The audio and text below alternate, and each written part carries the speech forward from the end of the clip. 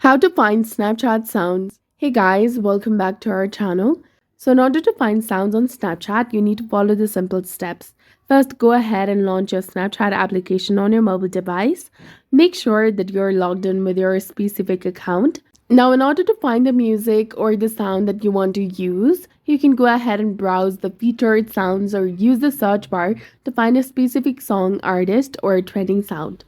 But the easy way is to go to the Spotlight section or the Videos tab section.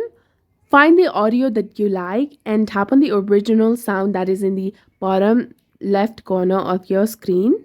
Here you will see the snaps that used this sound to create videos on Snapchat, and you will also see the option of use sound, which is highlighted in yellow color in the bottom. You can tap on it to use this sound, or you can just simply tap on play sound option in the top to preview a sound by tapping on it. You can add it to your snap by using the sound and it will attach your photo or video. You can also save a sound for later or see which snaps are trending with that sound. So that's it for this video. I hope you found it helpful. If you did, please like, share, and subscribe. Thanks for watching.